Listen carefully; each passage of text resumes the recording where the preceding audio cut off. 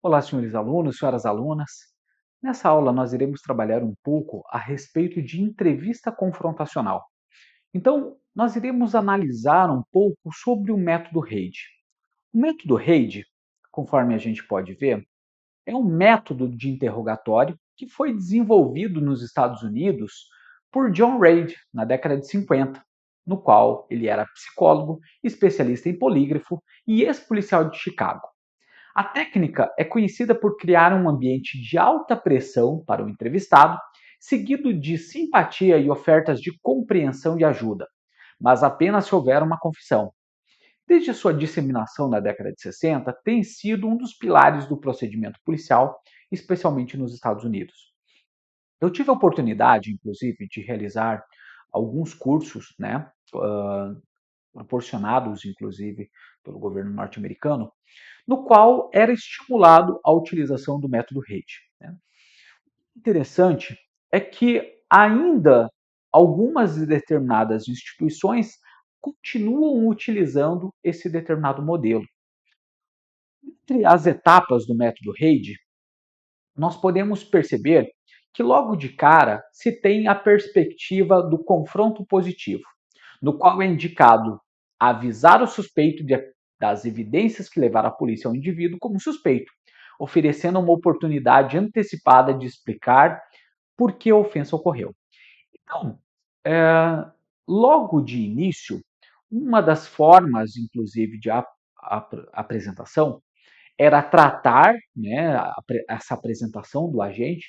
Olha, meu nome é Felipe Pereira de Mello, sou a autoridade policial, sou, né, enfim, tratando do seu cargo, da sua função, já trazendo um modelo confrontacional, perguntando: olha, você sabe como funciona uma investigação? Você sabia que nós não entrevistamos qualquer pessoa? Nós entrevistamos pessoas que são existe uma grande suspeição de que eles são culpados. Ou seja, já se utiliza uma indução para fazer com que ele se sinta coagido. Né? É, Logo em seguida, se utiliza de tente transferir a culpa do suspeito para outra pessoa ou conjunto de circunstâncias que levaram o suspeito a cometer o crime. Ou seja, desenvolver temas contendo motivos que justificarão ou justificarão psicologicamente o crime. Os temas podem ser desenvolvidos ou alterados para encontrar um ou qual acusado seja mais responsivo. Então, nessa etapa desse método, eles consideravam você trazer alternativas. Olha, fulano, você não me parece ser uma pessoa má, uma pessoa que vive cometendo crimes, mas eu entendo que às vezes, né, a própria necessidade financeira fez com que você pegasse esse dinheiro. Eu entendo que as pessoas, às vezes, quando elas não veem possibilidades, elas acabam cometendo isso para tentar solucionar o seu problema pessoal. Mas eu sei que isso não te faz uma pessoa má. Repare que todas essas formas, inclusive, de sugestionamento, são para que tentar pegar uma confissão desse entrevistado, né? Ou melhor, interrogado, porque afinal de contas, o método confrontativo é um método de interrogatório. Né?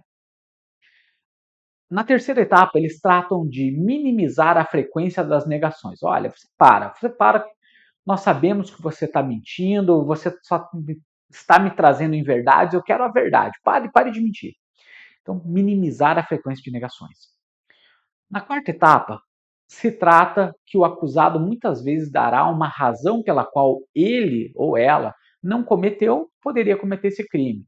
E aí se tenta usar isso para avançar em direção ao reconhecimento do que eles fizeram. Tá, você não fez isso, mas você tem participação nisso. Eu quero que você me conte o que você fez.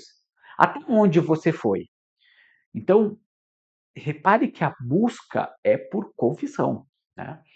5. Reforce a sinceridade para garantir que o suspeito seja receptivo. 6. O suspeito ficará mais quieto e ouvirá. Mova o tema da discussão para oferecer alternativa. Se o suspeito chorar, neste momento inferir a culpa. Então, a ideia, inclusive, né, desse deslocamento, dessa projeção, de que ele se entenda como um culpado, seja de ter realizado o ato ou de ter colaborado para aquilo, ainda que numa atitude omissiva. Então, eles buscam de forma constante essa determinada confissão. 7. Faça a questão alternativa, dando duas opções para o que aconteceu, uma mais socialmente aceitável que o outro. Espera-se que o suspeito escolha a opção mais fácil, mas qualquer que seja a alternativa que o suspeito escolher, a culpa é admitida. Há sempre uma terceira opção, que é sustentar que eles não cometeram o crime. 8. Levar o suspeito a repetir a confissão de culpa na frente de testemunhas e desenvolver informações corroborantes para estabelecer a validade dessa confissão. E 9. Documentar a admissão da confissão do suspeito, pedindo para que ele prepare uma declaração gravada. Então, essas etapas, repare que elas são muito claras na busca de tentar buscar essa confissão, realizando ações no qual você irá confrontá-lo. Olha, nós sabemos que você fez isso, nós queremos que você confesse, nós entendemos que talvez você tenha feito isso por tal motivo ou por outro motivo, mas nós estamos aqui para que você nos confesse, para que você nos trate isso. É, um dos grandes problemas é que essa determinada utilização de entrevistas confrontacionais, isso traz uma alta taxa de falsas confissões. Então, quando nós pegamos dados do Innocence Project dos Estados Unidos, nós temos diversos casos de falsas confissões, no qual eles foram forçados a realizar aquela confissão, principalmente quando se é utilizado manobras de penalização. Olha, se você não confessar, nós vamos te culpar e você vai pegar a pena de morte. Se você confessar, nós conseguimos diminuir a tua pena para X anos. Entende o que eu quero dizer? Essa forma, inclusive, de tratamento, essa forma de barganha, fez com que vários determinados entrevistados, interrogados, acabassem confessando visando minimizar o seu prejuízo. Né? Um ponto que é bem importante nós tratarmos também é que os críticos dizem que a técnica, né, do método Reid resulta em uma taxa inaceitavelmente alta de confissões falsas, especialmente de jovens e de deficientes mentais. As críticas também foram feitas no caso oposto, que contra entrevistados com força de vontade, a técnica faz com que eles parem de falar e não forneçam qualquer informação, em vez de extrair mentiras que poderiam ser verificadas para os culpados ou exonerar detalhes para os inocentes. Ponto também que é importante nós discutirmos é que quando nós estamos falando, né, de apuração de determinados crimes, muitos são forçados pelas próprias organizações criminosas a assumirem uma determinada culpa de um crime que não cometeram. Então, isso é muito comum de acontecer. E se nós só estamos buscando confissões, obviamente que isso não significa que seja uma determinada verdade. Então, quando nós pegamos sujeitos que sequer têm conhecimento sobre o fato, mas que se apresentam confessando, né, visando com que se diminua a procura, né, a repressão policial, nós temos diversos prejuízos, dentre os principais, justamente a condenação de um inocente. Então, nós temos que ter muito cuidado na condução de entrevistas, justamente buscando o mais próximo da verdade real, né? Inclusive, se for o caso, trazendo elementos que possam inocentar aquele determinado acusado. Lembrando que quando nós estamos construindo a própria entrevista, nós levantamos diversas hipóteses, né, sobre o que pode ter acontecido. E dentre essas hipóteses, das que tem que estar clara é de que ele é inocente. Lembrando que principalmente a polícia judiciária, ela deve ser imparcial. Ela deve buscar estar o mais próximo da verdade, indiferente se isso vai ser resultado trazer como resultado uma condenação, a inocência do sujeito. Ela deve buscar todos esses elementos, buscando, como eu disse, repito, insisto, estar o mais próximo possível dessa verdade real. Dando sequência, é muito importante que nós possamos compreender um pouco sobre o sistema sensorial. Eu trago logo de cara uma imagem, né, que marcou o mundo, né, que é a imagem justamente ao ataque às Torres Gêmeas do 11 de setembro. Essa imagem faz com que nós tenhamos lembranças sobre aquele momento.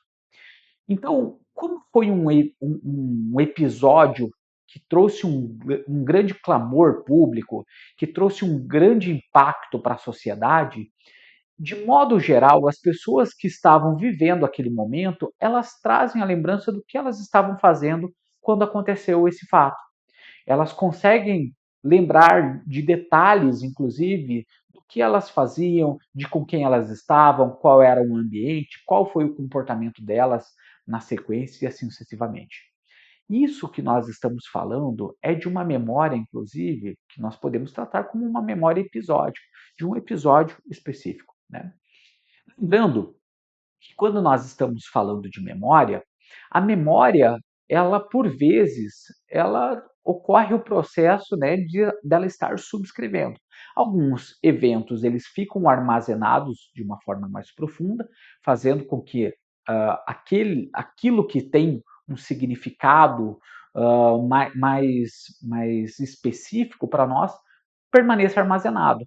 Outras informações que passam pelo dia a dia por vezes acabam sendo subscritos.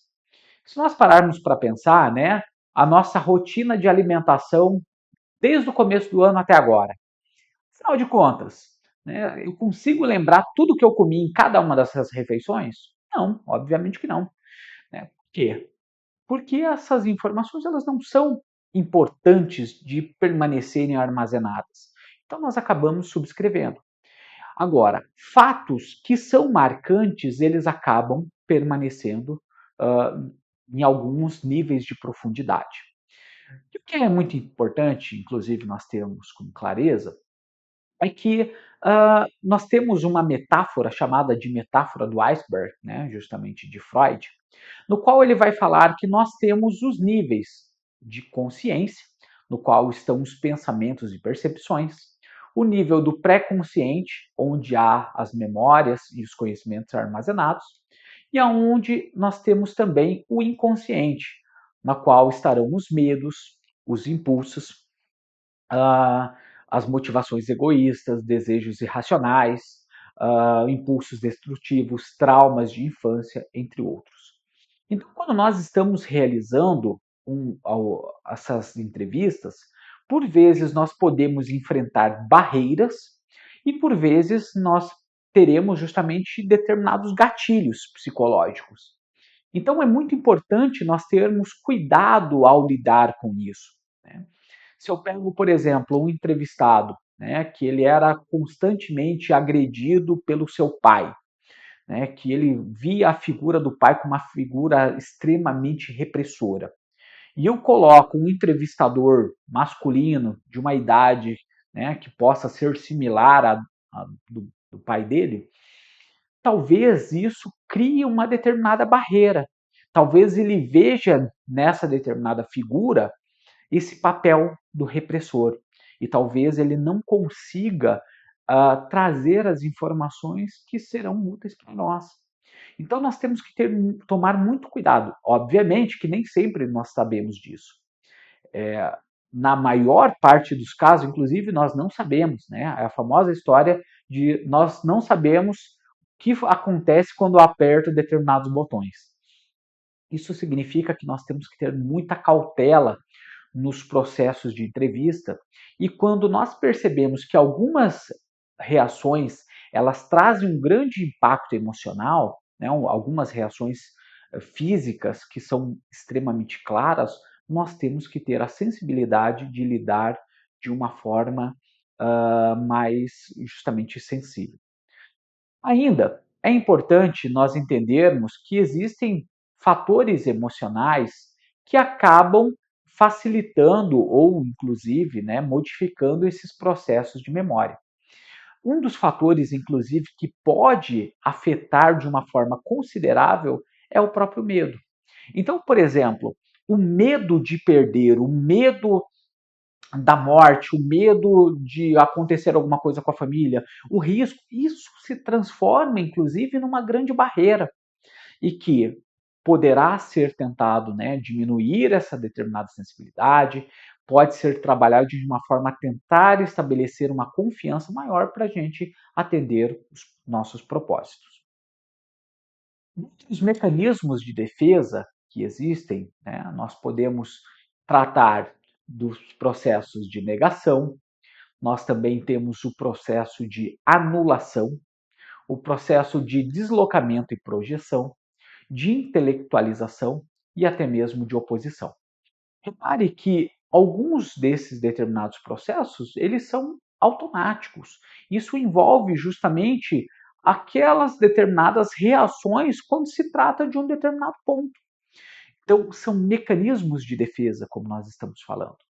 E é importante que, quando acontece cada um desses determinados elementos, nós possamos ter o feeling de estabelecer novamente o rapport, tentar nos conectar novamente com esse entrevistado, a fim de que a gente tente superar essas determinadas barreiras. Ainda, um ponto que nós precisamos destacar é sobre a barreira do tempo. Então, lembrando que quanto mais o tempo passa, né, mais difícil é mais difícil de se chegar a essa verdade. Locard já falava que o tempo que passa é a verdade que foge. Então, como nós falamos, né, que essas lembranças, essas lembranças e memórias, elas acabam tendo uma constante subscrição, né, aquilo que era mais antigo acaba dando espaço para aquilo que é mais novo. Quanto mais rápido for de nós tentarmos recuperar essa determinada informação, melhor será a qualidade do dado de informação obtido. Então, por exemplo, existe uma pesquisadora, né, chamada Beck Milne, que ela fala que a melhor forma de você conduzir a entrevista é quando você chega no local do fato, né? E de preferência que ela não tenha conversado com absolutamente ninguém. E a primeira forma, né, que é dito, aquilo que o entrevistado ele nos relata logo de cara, ela chama inclusive de vômito, né, que a pessoa vomita aquele volume de informações. Aquilo possui um rico valor e que pode ser explorado no processo de análise. Agora, quando ela já conversou com diversas pessoas, isso faz com que a sua memória seja contaminada. Então, essa pesquisadora, inclusive, ela trata que é como se fosse a neve, né? Quando a neve cai, é uma neve branquinha, fofinha, e quando as pessoas vão andando e pisoteando, aquilo vai se tornando sujo, espesso, prejudicando justamente a sua qualidade.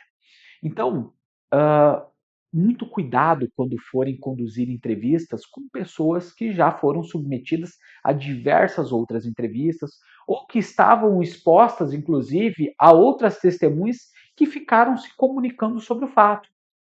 Isso pode fazer com que a qualidade daquilo que está se procurando obter seja uma qualidade ruim. Tá? Então, muita cautela, muito cuidado com esses processos de obtenção de dados e informações. Desejo a vocês bons estudos, um forte abraço e até breve.